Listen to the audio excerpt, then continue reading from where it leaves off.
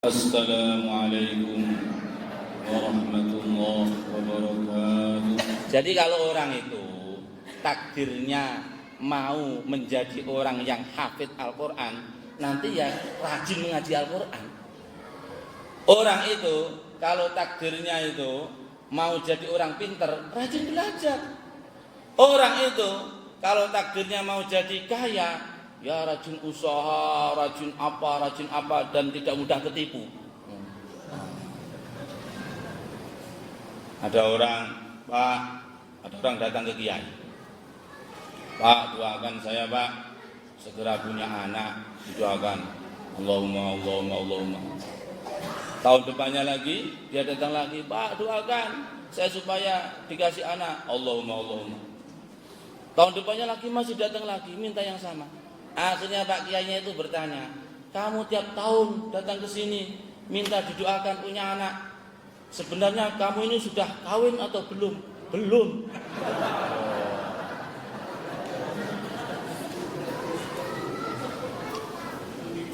Jamaah yang dirahmati dan dimuliakan oleh Allah SWT, ini pertama kali kesuksesan, keberhasilan itu hanya datang dari Allah.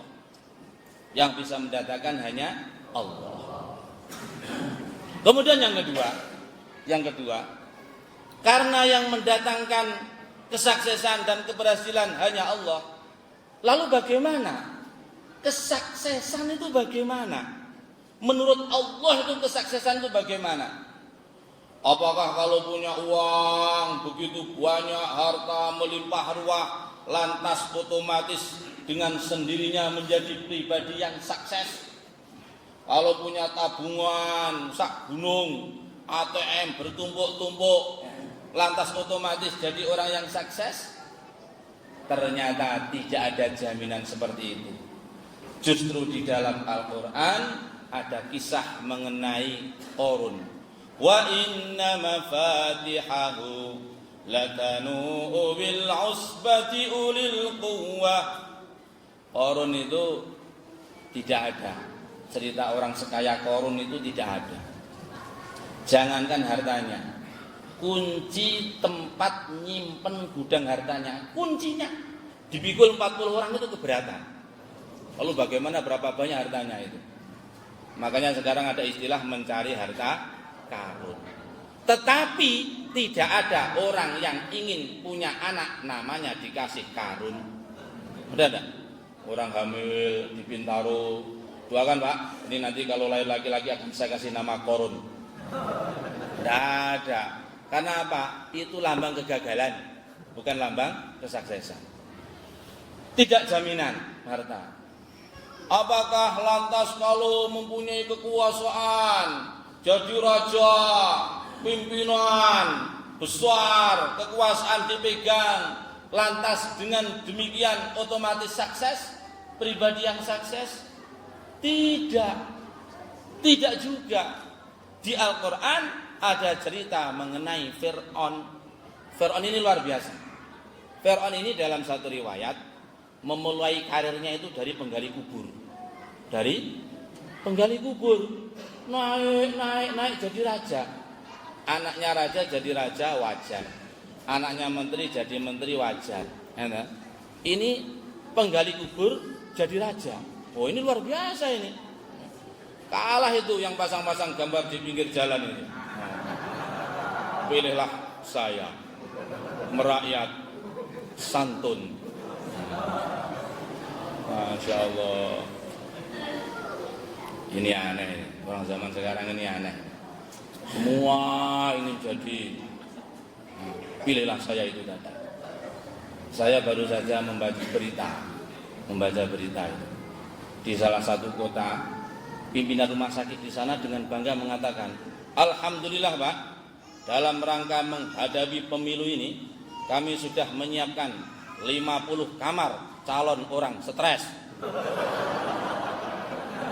Pemilunya belum mulai, kamar stresnya sudah disediakan. Bagaimana ini? Jadi ternyata kekuasaan itu tidak menjamin kesuksesan. Diceritakan Fir'aun itu juga akhirnya menjadi contoh orang yang gagal. Lalu bagaimana? Kesuksesan itu bagaimana? Kesuksesan itu bagaimana? Allah Subhanahu wa taala telah menunjukkan kunci sukses bukan pada harta, kunci sukses bukan pada kekuasaan, kunci sukses bukan pada kawan-kawan relasi, kunci sukses adalah pada takwa. Wa may yattaqillaha yaj'al lahu makhraja wa yarzuqhu min haitsu la yahtasib. Pertama, antara lain untuk orang yang bertakwa Allah janjikan makhraja, solusi, jalan keluar untuk apapun masalah yang dihadapinya. Untuk apapun masalah yang dihadapinya. Sehingga dia pun kalau menghadapi masalah apapun pasti Allah beri jalan keluar. Sayyidina Abdullah bin Abbas radhiyallahu ta'ala anhuma beliau mengatakan, untuk orang yang bertakwa, misalnya kalaulah seluruh langit jadi tembaga semuanya, bumi jadi besi semuanya, untuk orang yang bertakwa tetap ada saja jalan keluar untuknya. Mengapa? Ditolong Allah. Dan orang itu di dunia itu semuanya itu orang punya masalah. Orang kaya punya masalah, orang miskin punya masalah, pegawai, pedagang, semuanya punya masalah. Semua orang yakin punya masalah. Mungkin satu-satunya orang yang merasa tidak pernah punya masalah mungkin orang gila saja. Pagi senyum-senyum, siang senyum-senyum, sore senyum-senyum. Jadi kalau kamu datang kepada kiai, Pak, doakan saya ini supaya jadi orang yang tidak punya masalah, itu minta gila. Semua orang itu punya masalah. Tetapi untuk orang yang takwa dijamin semua masalahnya ada jalan keluar untuknya. Jadi menyelesaikan masalah tanpa masalah bukan di Pegadaian itu. Apa masalahnya nanti di sana itu? Dengan takwa selesai masalah tanpa masalah. Mengamalkan perintahnya Allah, jauhi perkara yang dilarang oleh Allah, ikuti tuntunan yang mulia baginda Rasulullah sallallahu alaihi wasallam. Wa may yattaqillaha yaj'al lahu makhraja wa yarzuquhu min haitsu la yahtasib. Satu, untuk orang yang bertakwa dijamin seluruh masalahnya itu ada jalan keluarnya. Di dalam kitab Fadilah Sedekah itu ada cerita. Ada cerita mengenai orang yang punya kena masalah dengan pengadilan. Ini orang itu tinggal di kampung. Untuk pergi kota dia harus nyeberangi sungai, naik perahu. Lalu ditentukan hari ini, tanggal ini dia harus pergi ke kota untuk menghadapi persidangan. Kalau tidak dia akan kalah, dihukum. Maka begitulah pada hari yang telah ditentukan, ketika dia keluar dari rumah berangkat ke kota, ternyata sungainya itu banjir. Wah, banjir besar. Sehingga perahu-perahu yang biasanya berangkat itu tidak berani Pak. Ini banjir besar ini, hanyut nanti kita ini. Wah, ini mendesak ini. Saya harus pergi ke kota, harus menghadapi sidang nih. Kalau tidak dihukum saya. Bingung. Akhirnya dikasih tahu. Pergilah kamu ke rumah Fulan bin Fulan, orang soleh yang sangat bertakwa, yang kalau doa-doanya dikabulkan oleh Allah. Minta doa sama dia. Maka betul, pergi ke sana.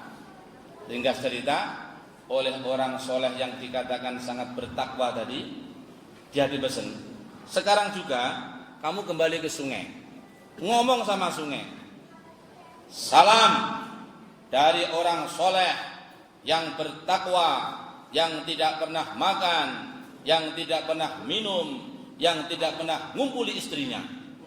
Dipesan begitu. Begitu dilakukan, dilaksanakan, apa pesannya itu? langsung itu sungai yang tadinya airnya meluap itu kering seketika, sehingga dia nyebrang. Nah, selesai masalah untuk dia, tapi masalah untuk keluarganya orang soleh tadi. Istrinya marah-marah. Lah, bagaimana kamu ngajari orang berbohong? Kamu katakan tidak pernah makan, tidak pernah minum, padahal tiap hari berpiring-piring nasi kamu habiskan. Kamu katakan tidak pernah ngumpul istri. Lah ini saklosen ini anaknya siapa ini?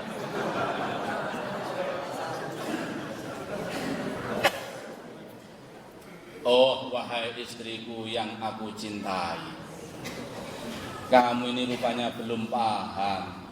Saya ini memang makan, memang minum, tapi bukan sekedar nafsu, tetapi karena takwa, karena ikut perintahnya Allah, wa kulu washrabu.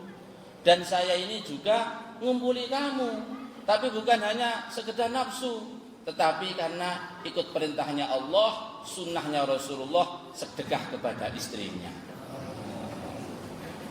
Jadi apapun yang dilakukan oleh orang bertakwa, makhraja, ada jalan keluar. Terima kasih ya guys sudah mengunjungi channel kami dan menonton sampai akhir video, and don't forget to subscribe ya guys. Semoga video ini bermanfaat. Jangan lupa ya guys, please jangan lupa klik tombol subscribe guys, karena subscribe itu gratis, dan semoga yang sudah subscribe selalu mendapatkan rezeki yang berlimpah.